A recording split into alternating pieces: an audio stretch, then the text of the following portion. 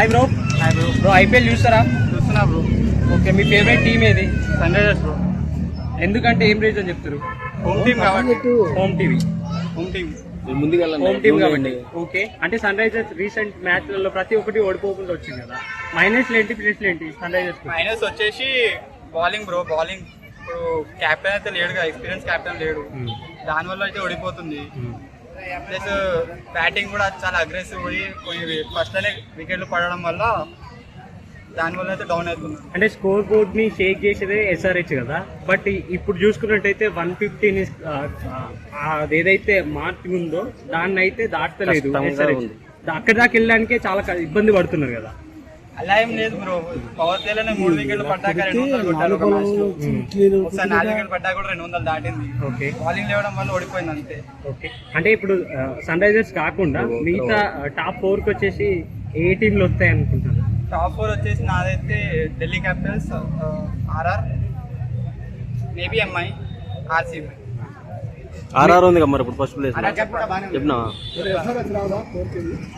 మధ్యలో drop out లో వచ్చేమో కదా.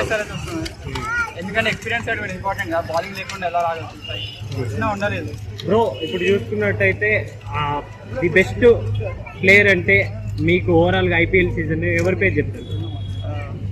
శ్రేయస్ అయ్యర్. శ్రేయస్ బై ఎందుకంటే ఎక్స్పీరియన్స్ ఉంది as a captain, as a middle order బ్యాటర్గా.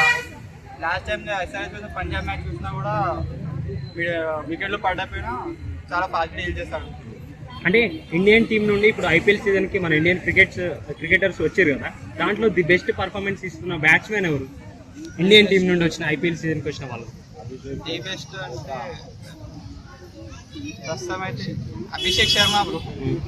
The best bowler అంటే ఇండియన్ టీం నుండి వచ్చిన అక్షర్ పటేల్. Axar Patel why not? అంటే నంబర్ 1 బౌలర్ వచ్చేసి బుమ్రే కదా. అంటే వికెట్లు పడలేవు కదా బ్రో మాకి.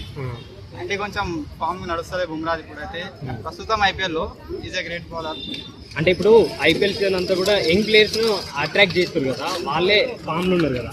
అంటే దీనిలో ది బెస్ట్ ఎవరని చెప్తారు? యంగ్ ప్లేయర్స్ ఐ థింక్ ఎవరని చెప్తారు? ఐ థింక్ ఆర్సీబీ నుంచి దేవదత్ పడిగల్, ఆర్ఆర్ నుంచి వైభవ్ సూర్యవంశీ, ఎస్ఆర్హెచ్ నుంచి అనికేత్ వర్మ, అభిషేక్ శర్మ